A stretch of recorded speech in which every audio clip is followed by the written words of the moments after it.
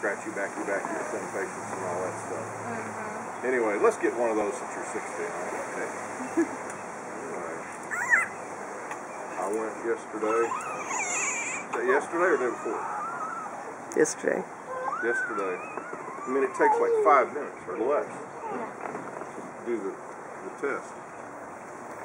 You lay down and you just be done. But I got look at her. Yesterday afternoon around 3 o'clock. You're trying, girl. Telling me to make an appointment that I have a coronary blockage. What do you have to do?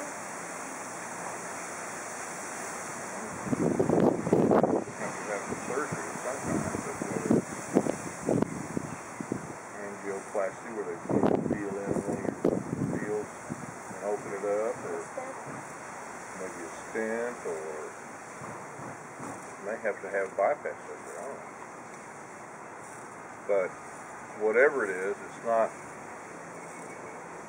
You know, my doctors or my boss at work is going to love it because if it makes me feel better and work harder, he's just going to go crazy. But I work my ass off. I don't feel anything. I don't know. I didn't know. Who the hell knows? So, that's good that you'll have it. Well, that's what she said. You know, thank God for this.